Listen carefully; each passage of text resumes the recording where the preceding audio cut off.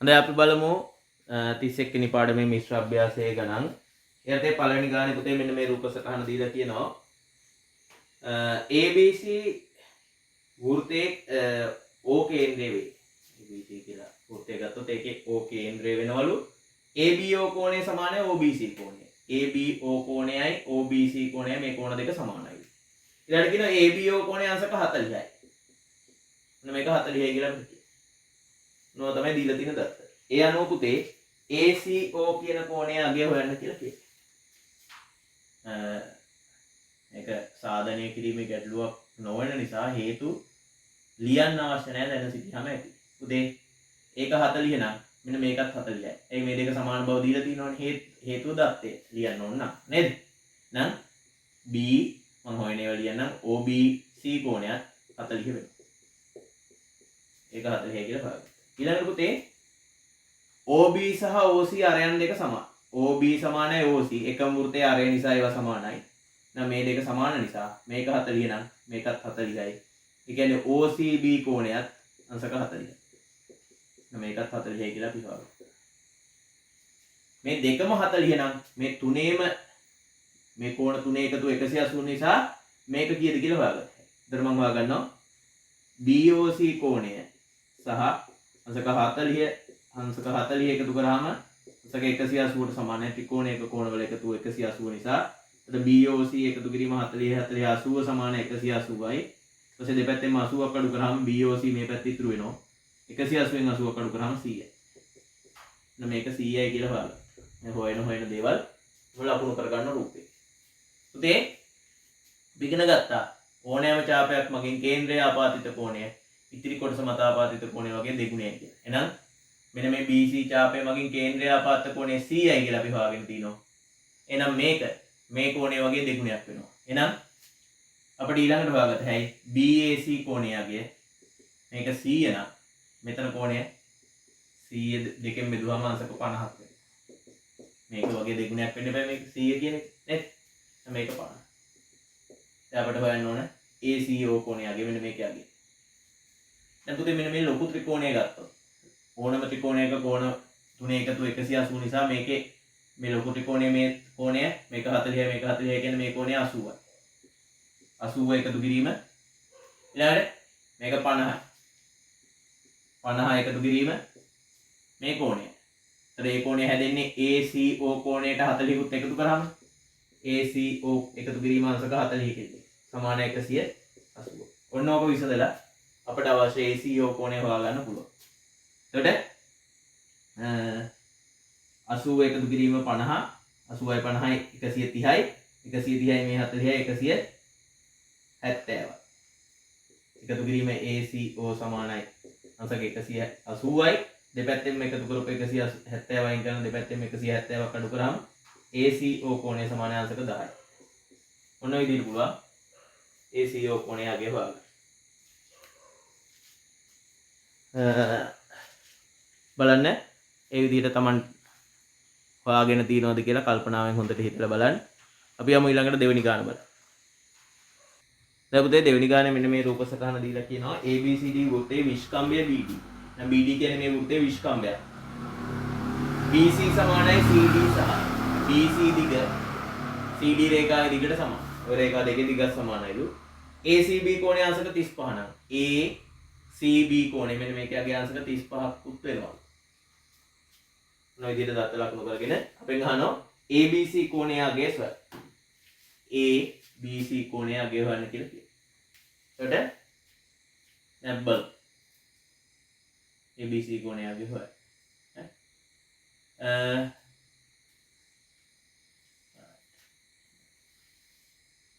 අපි බලමු ABC කෝණය අගය කොහොමද හොයන්නේ කියලා.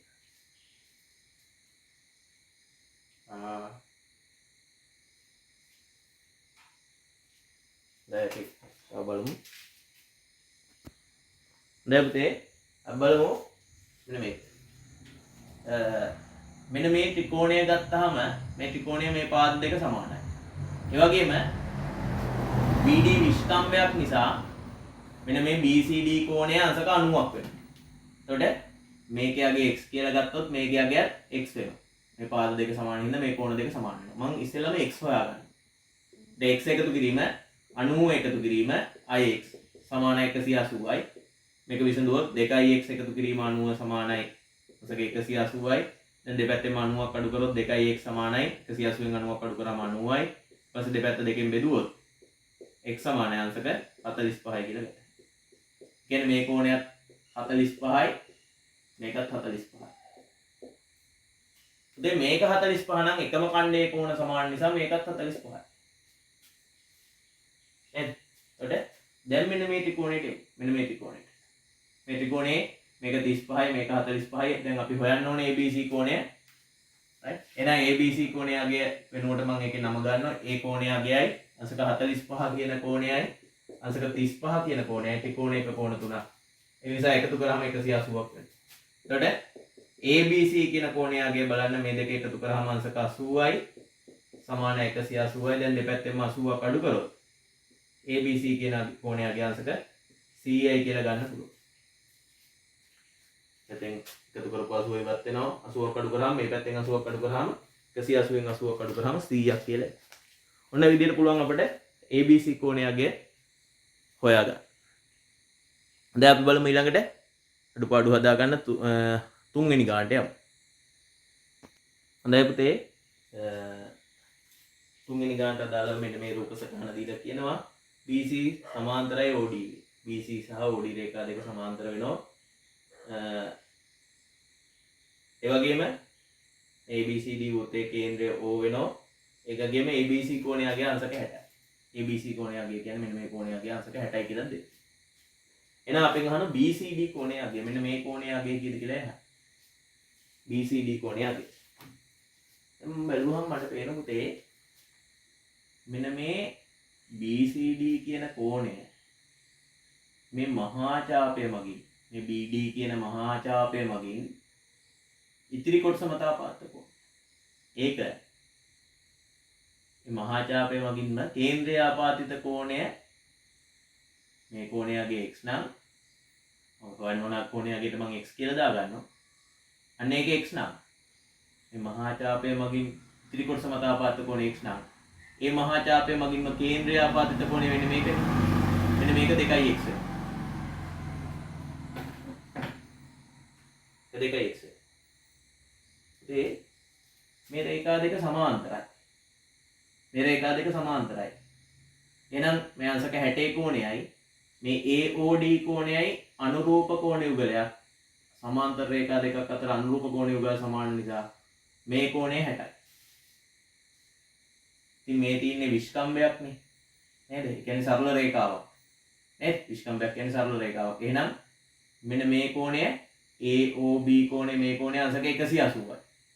එක 180යි. එහෙනම් 2x කියන කෝණය හැදිලා තියෙන්නේ 180ට 60ක් එකතු කරාම. එහෙනම් 2x කියන අගය සමාන වෙන්න ඕනේ 180 එකතු කිරීම 60ට. ඒ කියන්නේ 2x කියන අගය සමාන වෙන්න ඕන 240ට. එතකොට දෙපැත්තම දෙකෙන් බෙදුවාම x කියන අගය සමාන වෙන්න ඕන අංශක 120ට. දැන් මම x කියලා ගත්තේ BCD කෝණය අගය. එහෙනම් ඒකේ අගයත් අංශක 120යි කියලා අපිට හොයාගන්න පුළුවන්. බලන්න හොඳ කල්පනාවෙන් මම කියපු දේවල් තේරුණාද කියලා. ඒ විදිහට හෙව්වනම් ගොඩක් හොඳයි. අපි යමු ඊළඟට හතරවෙනි ගාන බලන්න. අඩුපාඩු හදාගන්න. ඊළඟට පුතේ හතරවෙනි ගානට අදාළව රූප සටහන මේක දීලා තිනවා. මේ කියනවා ABC කියන වෘත්තයේ කේන්ද්‍රය O. එහෙනම් මේ වෘත්තයේ කේන්ද්‍රය තමයි O අකුරෙන් දැක්වෙන්නේ. BC සමානයි CX වනසේ. BC රේඛාවේ දිග සමානයි CX කියන රේඛාවේ දිගට සමාන වනසේ ACX දෙක දික් කරගන්න. AC රේඛාව x කියන ස්ථානෙට දික් කරගන්න. අපිට පේනවා. අපිට කියනවා AOB කෝණයගේ. AOB කෝණය කියන්නේ මෙන්න මේ කෝණය. අන්න ඒකේ අගය පුතේ පෙන්වන්න කියලා තිනවා 4යි CBX කෝණයගේ බව. ඒ කියන්නේ මෙන්න මේ CBX කෝණය. CBX කෝණය කියන්නේ මෙන්න මේකට. මෙන්න මේක වගේ 4 ගුණයක් කියලා. ඒ කියන්නේ මේකේ අගය වගේ 4 ගුණයක් වෙනවා කියලා මෙන්න මේකේ අගය. එහෙනම් පුතේ මම CBX කෝණයගේ සිම්පල් t කියලා ගන්න. එහෙනම් අපි අන්තිමට ඔප්පු කරලා පෙන්නන්න ඕන මේ කෝණයගේ 4යි t කියලා. මේක වගේ 4 ගුණයක්. දැන් බලමු ඒක සාධනය කරන්න හැටි. අපි ඉස්සෙල්ලාම ගමු CBX කියන කෝණයගේ සිම්පල් TI ගන්න. මේක සාධනයක්. අනිවාර්යයෙන්ම හේතු දක්වන්න ඕන. අර ඉස්සෙල්ලා වගේ අගය සෙවීමේ ගැටලු නෙමෙයි මේක. හරි? හැම කරන දෙයකටම විහොයාගන්න හැම දෙයකටම හේතු කියන්නේ. right. මේක T කියලා ගත්තා පුතේ. ඒක T නම් පුතේ මෙන්න මේක T. ඒ හේතුව මේ ත්‍රිකෝණයේ මේ පාද දෙක සමානයි කියලා දීලා තිනවා. ත්‍රිකෝණයක සමාන පාද වලට සම්මුඛ කෝණ සමාන නිසා. හේතු. එහෙනම් CX B කෝණය අගයත් එහෙනම් සිම්පල් T වෙනවා. ත්‍රිකෝණයක සමාන පාදවලට සම්මුඛ කෝණ සමාන නිසා. ඒක T නම් පුතේ මේ දෙකම එකතු කරාම මේ තියෙන්නේ CBX ත්‍රිකෝණයේ බාහිර කෝණයක් නෙමෙයි මේක. ඉතින් අපි ඉගෙනගෙන තිනවා ඕනම ත්‍රිකෝණයක බාහිර කෝණයක අගය සමානයි කියලා අභ්‍යන්තර සම්මුඛ කෝණ දෙක එකතු. එහෙනම් මේක T මේක T නම් මේක T එකතු කිරීම T දෙකයි T වෙනවා. අපිට ලියත හැකි A CB කෝණය අගය සමානයි T එකතු කිරීම T.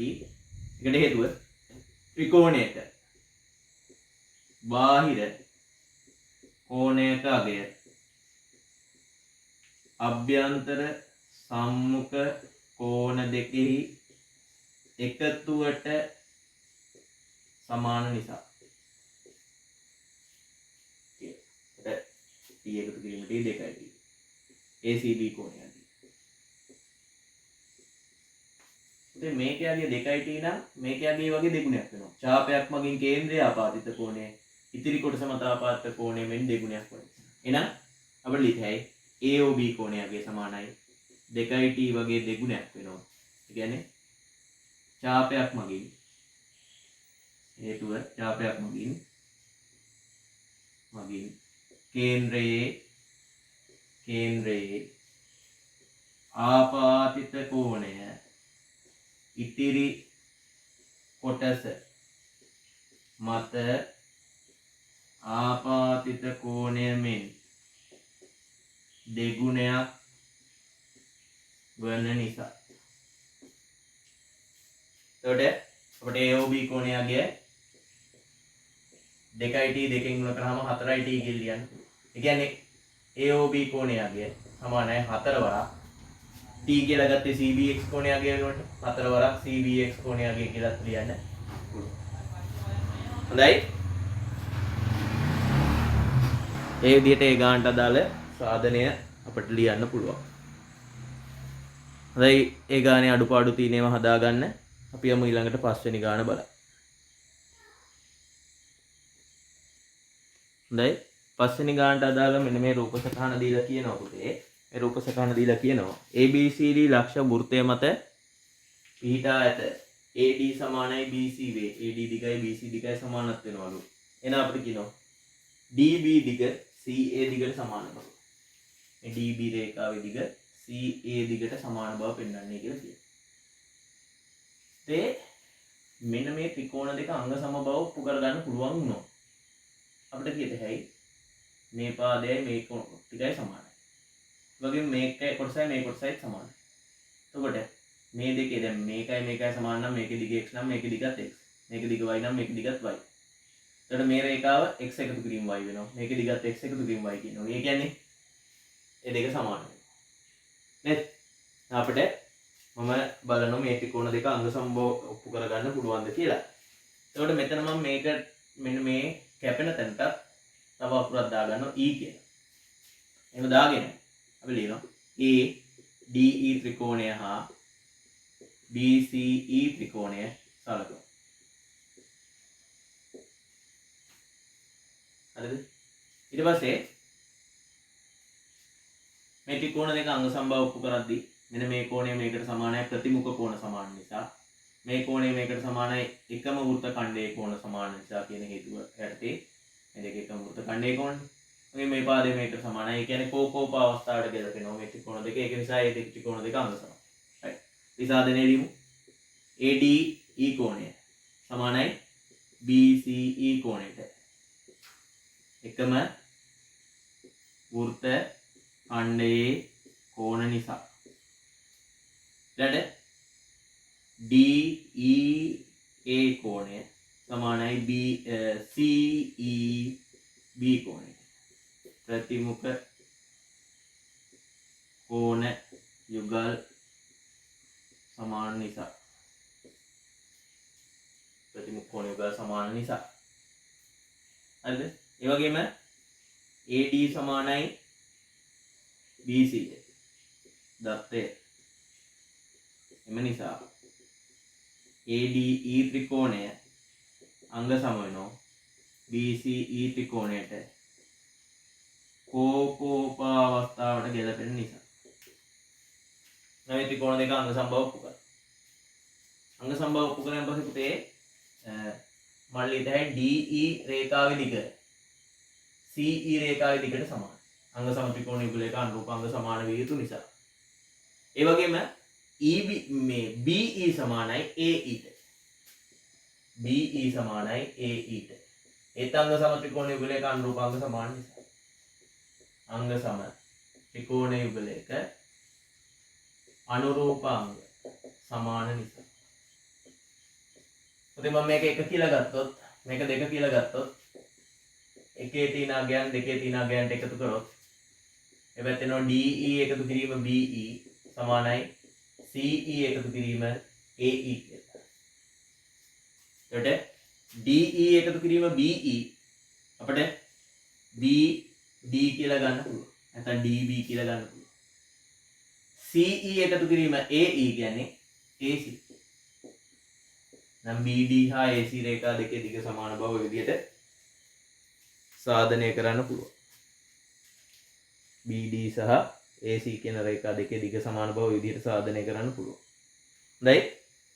ඊට අදාළ අඩුපාඩු තියෙනවා නම් සකස් කරගන්න. අපි යමු 6 වෙනි ගානට. හරිනම් හරි දාගෙන අඩුපාඩු සකස් කරගන්න. අපි යමු ඊළඟට 6 වෙනි ගානට. හොඳයි පුතේ. 6 වෙනි ගානේ තියෙන මෙන්න මේ රූප සටහන දීලා PQ යනෝ O කේන්ද්‍රය වෘත්තයේ විස්කම්භයක්. PQ කියන්නේ O කේන්ද්‍රය වෙච්ච වෘත්තයේ විස්කම්භයක්. කේන්ද්‍රය O. QR සමාන්තරයි OS. QR සමාන්තරයි OS රේඛාව. මේ රේඛා දෙක සමාන්තරක් වෙනවා. ඒක ලක්ෂණ කරගන්න රූප සටහනේ දත්තයක් ලෙස. SR සමානයි SP බව පෙන්නනවා. මෙන්න මේ SR රේඛාවේ දිගයි මේ SP දිගයි සමාන බව පෙන්නනවා. මට මේක දිහා බලුවහම පේන පුතේ මේ තියෙන්නේ ඔය කියන රේඛා දෙක සමාන බව දිග සමාන බව පෙන්වන්න තියෙන රේඛා දෙක SPR ත්‍රිකෝණයේ පාද දෙක. එතකොට අපි දන්න ත්‍රිකෝණයක තියෙන කෝණ දෙකක් සමාන නම් ඒ කෝණ දෙක ඉදිරියේ තියෙන පාද දෙකත් සමාන වෙනවා. එහෙනම් මේ පාද දෙක සමාන වෙන්න නම් මෙන්න මේ කෝණයයි මේකයි සමාන වෙන්නේ. එතකොට මේ කෝණ දෙක සමානයි කියලා ඔප්පු කරන්න පුළුවන්ද කියලා බලමු. ඊට පස්සේ ඒක ඔප්පු කරගත්තොත් අපිට කියත හැකි මේ කෝණ දෙක සමාන නිසා මේ පාද දෙක සමාන වෙන්න ඕන කියලා. දැන් මම බලන්නේ මේ කෝණ දෙක සමාන බව ඔප්පු කරා. මම එයින් පුතේ SRP කෝණේ සමානයි සිම්පල් A යයි ගන්න. මට කැමතියි ඉදී සංකේතය ගන්න. මම සිම්පල් A අකුර දාගන්න. මේකේ අගය. ඒකේ අගය සිම්පල් A නම් පුතේ මට ඊළඟට ගත හැයි මෙන්න මේකේ අගය 2යි A කියලා.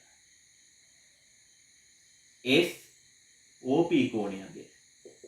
බලය ඇසුරෙන් ඇයි බලන්න SP ඡාපය මගින් කේන්ද්‍රය ආපාත කෝණය මෙතින් ඉදිරි කොටස මත ආපාත කෝණය. එතකොට මේක වගේ දෙගුණයක් වෙනවා. 2යි A. එතකොට ලියන්න යන හේතුව ඡාපයක් මගින් කේන්ද්‍රයේ ආපාතිත කෝණය ඉතිරි කොටස මත ආපාතිත කෝණය මෙන් දෙගුණයක් වෙන නිසා. හොඳයි. ඒක සිම්පල් 2යි නම් පුතේ මෙන්න මේක සිම්පල් 2යි. ඒ කියන්නේ අනුරූප කෝණ යුගලයක් මේ සමාන්තර රේඛා දෙක අතර තියෙන. එහෙනම් අනුරූප කෝණ යුගල සමාන නිසා RQO කෝණය සමානයි 2යි. අනුරූප කෝණ යුගල් සමාන නිසා. දැන් පුතේ මම බලනවා මෙන්න මේක. SO සමානයි. PO සමානයි SO. ඒකට හේතුව එකම වෘත්තයේ අරයන්. එකම වෘත්තයේ අරයන් දෙකක් තියෙනවා. එතකොට SPO කෝණය සමානයි PSO කෝණයට. හේතුව ත්‍රිකෝණයක සමාන කෝණවලට සම්මුඛ සමාන කෝණවලට නෙමෙයි සමාන පාදවලට සම්මුඛ කෝණ සමාන නිසා.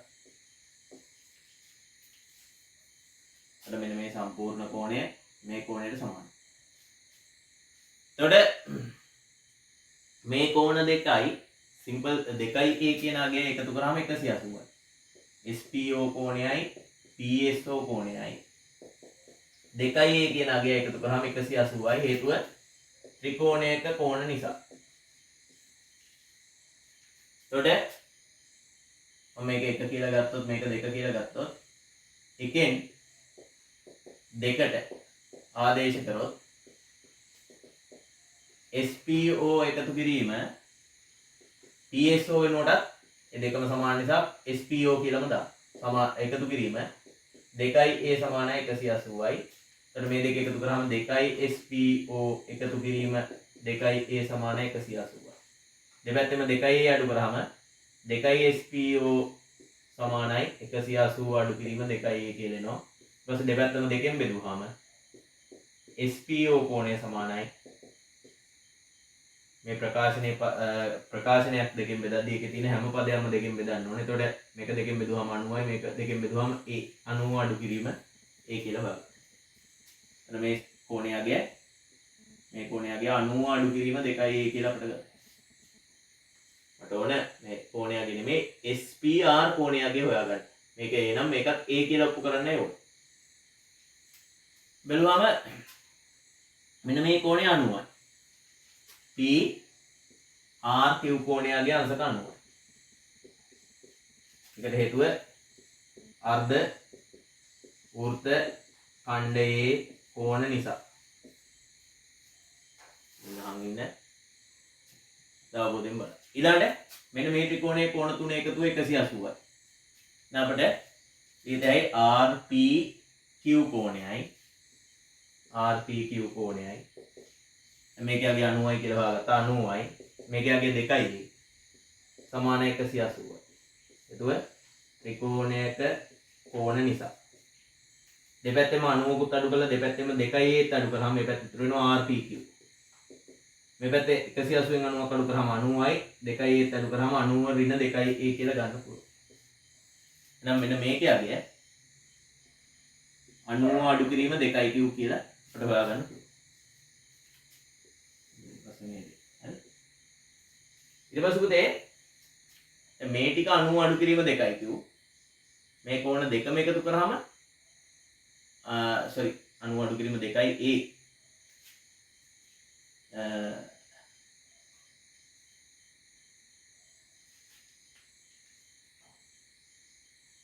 පොඩි වැරදීමක් වුණා චුට්ටක් බලමු.